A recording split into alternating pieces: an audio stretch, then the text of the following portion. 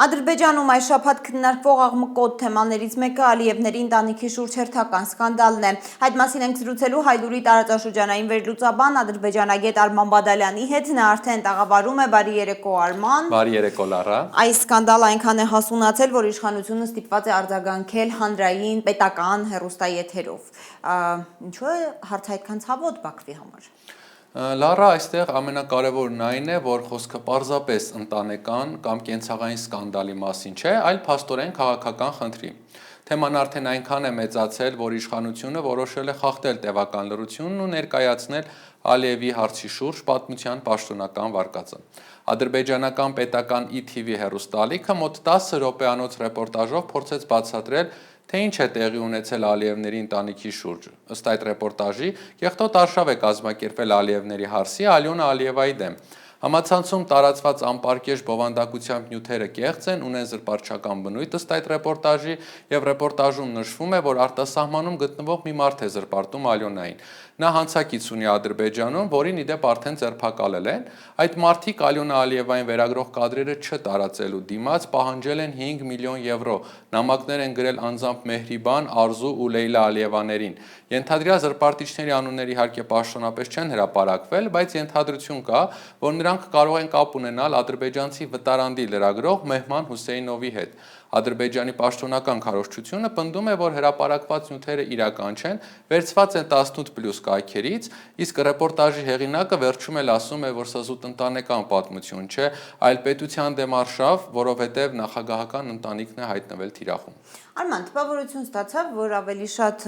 իշխանությունը ոչ թե փորձում է հերքել սկանդալը, այլ զուտ տեղեկատվական առաջնահերթությունը իր ձեռքը վերցնել։ Այո, հենց այդպես էլ կա, այս պահին Բաքվի հիմնական նպատակը կարծես ոչ այնքան ինչ-որ բան հերքելն է, որքան թեմայի կառավարումը իր ձեռքը վերցնելը, որովհետև երբ պետական հեռուստալիքը 10 րոպե շարունակ բացատրում է, թե ով ում է զանգել, ով ինչ է ուզել, ինչ շանտաժ է եղել, դա արդեն նշանակում է, որ իշխանությունը որոշել է ինքը դառնալ պատմության գլխավոր մեկնաբանը։ Այսինքն նրանք ուզում են, որ հանրությունն այս պատմությունը չընկալի որպես Ալիևների ընտանիքի խոցելիության ապացույց, այլ ընկալի որպես